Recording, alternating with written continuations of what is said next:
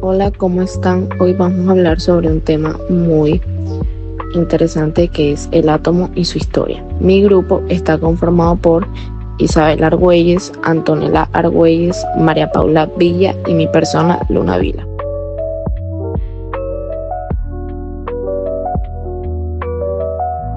La semilla filosófica, los griegos y el átomo, siglo V a.C. En este primer capítulo, en la historia del átomo, nos lleva a la antigua Grecia, una época donde el pensamiento no se dividía en ciencia y filosofía como hoy, sino que la búsqueda del conocimiento era una actividad integrada. En este contexto, un grupo de pensadores conocidos como atomistas fueron los primeros en proponer una idea radical sobre la naturaleza fundamental de la materia. La gran pregunta que los impulsó era muy sencilla. Si tomamos cualquier cosa, una piedra, un trozo de madera o una gota de agua y la dividimos repetidamente una y otra vez, ¿llegaremos a un punto en el que ya no podamos seguir dividiendo? Su brillante conclusión, alcanzada a través del razonamiento lógico y la observación del mundo a su alrededor, ya que no contaban con experimentos, fue que sí, debía existir una partícula tan fundamental y pequeña que sería indivisible. A esta partícula mínima la llamaron átomo, una palabra que proviene del griego y significa precisamente sin corte o indivisible. Según esta teoría atomista, el universo entero estaba compuesto por estos átomos y por vacío, el espacio donde los átomos se mueven. Fue principalmente Leucipo, filósofo griego considerado el fundador del atomismo, quien propuso la idea inicial de que la materia está compuesta por partículas indivisibles, y su discípulo Demócrito, también filósofo griego, quien desarrolló y popularizó la teoría atomista de Leucipo, explicando la diversidad de la materia por la combinación de átomos. Quienes desarrollaron estas ideas creían que los átomos eran eternos e indestructibles, no podían ser creados ni destruidos.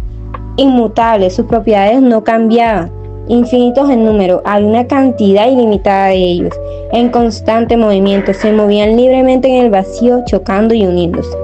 Las diferentes formas, tamaños y disposiciones de estos átomos explicaban la diversidad de todo lo que vemos en el mundo. Por ejemplo, se imaginaban que los átomos de agua eran lisos y redondos para fluir, mientras que los de hierro eran ásperos y ganchudos para mantenerse unidos y ser duros. El punto crucial a entender aquí es que esta fue una idea puramente filosófica. No se basó en pruebas experimentales ni en métodos científicos como lo entendemos hoy. Fue una poderosa intuición sobre la composición de la materia. Sin embargo, en su momento no fue la idea dominante. La influencia de otros filósofos como Aristóteles, filósofo griego de inmensa influencia, cuyas ideas sobre la materia continua y los cuatro elementos dominaron el pensamiento occidental por siglos, que proponían que la materia era continua y estaba hecha de cuatro elementos: la tierra, agua, aire y fuego. Fue mucho mayor, obviamente. Debido a esto, la revolucionaria noción del átomo permaneció en un segundo plano, dormida por casi 2000 años, esperando su resurgimiento en la era de la ciencia experimental.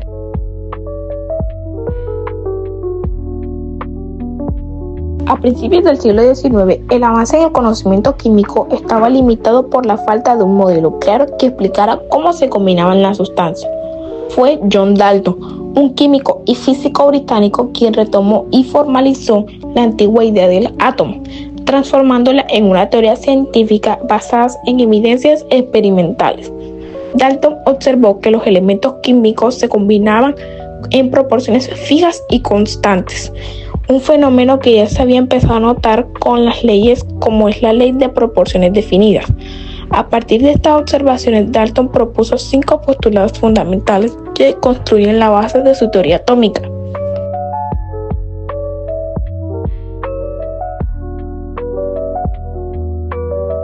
Dalton basó sus postulados en observaciones experimentales, especialmente en la ley de conservación de la masa de Lavoisier y la ley de proporciones definidas de Proust, lo que permitió que la teoría atómica pasara de ser una especulación filosófica a una base científica para entender la química. Aunque hoy sabemos que los átomos pueden dividirse en partículas subatómicas, como son electrones, protones y neutrones, y que no todos los átomos de un mismo elemento tienen exactamente la misma masa. Existen los isótopos, La teoría de Dalton fue fundamental para el desarrollo de la química moderna y para la concepción científica del átomo como unidad fundamental de la masa. John Dalton revolucionó la química al presentar una teoría atómica basada en evidencias experimentales, definiendo al átomo como la unidad básica indivisible que forman toda la materia, con características particulares para cada elemento y cumpliendo leyes definidas en la combinación química.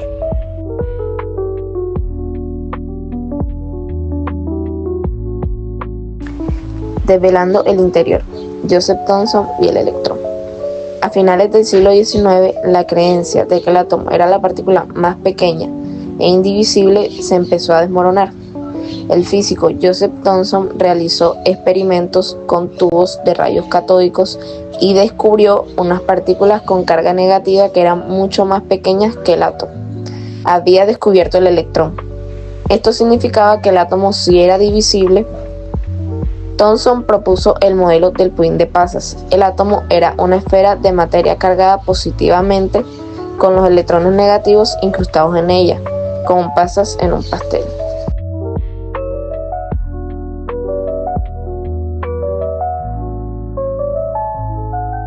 El núcleo atómico de Ernest Rutherford y el espacio vacío a inicios del siglo XX. A comienzos del siglo XX, el modelo atómico propuesto por Thomson, conocido como el modelo de pudín de pasas, fue puesto en duda por uno de los experimentos más importantes en la historia de la ciencia.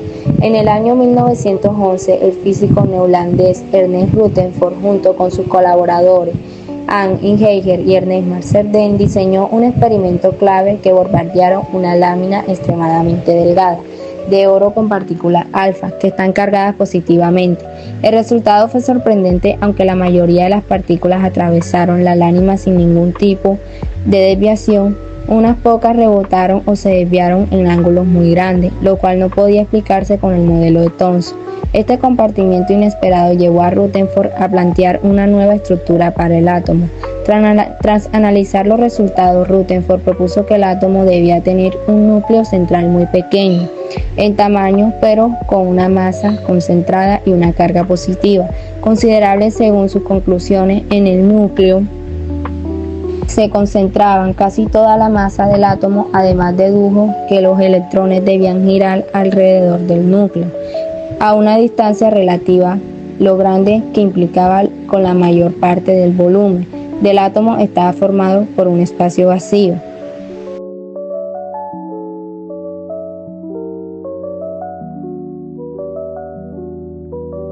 Niels Bohr y los niveles de energía. A principios del siglo XX, el modelo de Rutherford tenía un problema. Si los electrones giraban alrededor del núcleo, la física clásica predecía que debería perder energía y colapsar en el núcleo. Esto, evidentemente, no sucedía. Niels Bohr, alumno de Rutherford, propuso una solución en 1913, introduciendo conceptos de la mecánica cuántica. 1. Los electrones solo pueden existir en órbitas estables o niveles de energía específicos alrededor del núcleo. 2. Los electrones no irradian energía mientras están en estas órbitas. 3. Un electrón solo puede cambiar de órbita si absorbe o emite una específica cantidad de energía. El modelo de Bohr explicaba la estabilidad de los átomos y los espectros de luz que emitían los elementos, un gran paso hacia la comprensión cuántica.